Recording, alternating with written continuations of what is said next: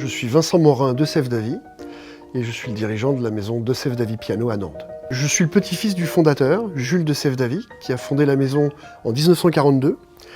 Et tout naturellement, à son décès, s'est posé la question de la succession de l'entreprise. Et à l'époque, j'avais 40 ans et j'avais envie de donner un nouveau sens à ma carrière professionnelle. Donc c'est naturellement que je suis venu à ce métier. Notre métier repose sur la connaissance technique de l'instrument, la pédagogie et la rassurance. Comme tout vendeur, on doit parfaitement bien connaître son produit. Il faut qu'on fasse sonner l'instrument. Et puis c'est ce qui va susciter l'émotion et qui va donc orienter le choix de notre client vers tel ou tel modèle. On a la chance d'avoir une très grande surface qui permet de proposer un choix considérable d'instruments.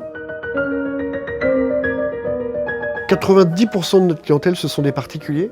Au sein du magasin, nous avons plusieurs départements.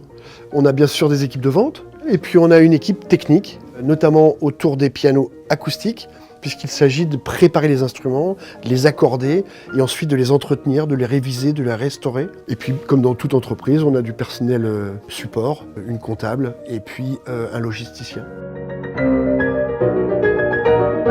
Il faut qu'il ait la passion du piano, il faut que lui-même soit pianiste, c'est mieux.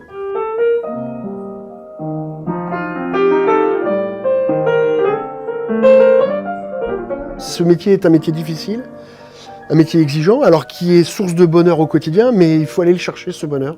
Il faut être un grand communicant, un fin gestionnaire pour avoir un commerce pérenne. Mon conseil, c'est de savoir se faire bien entourer par des experts solides, parce qu'en une seule tête, c'est pas possible d'avoir autant de cerveaux réunis. On en a tous les jours dans notre métier. C'est l'émotion d'un client qui a les larmes aux yeux à l'écoute d'un instrument. Le plaisir de voir que dans notre atelier, nous sommes capables de redonner vie à un instrument ancien. Et puis c'est aussi parfois la fierté quand on a les félicitations d'une star internationale.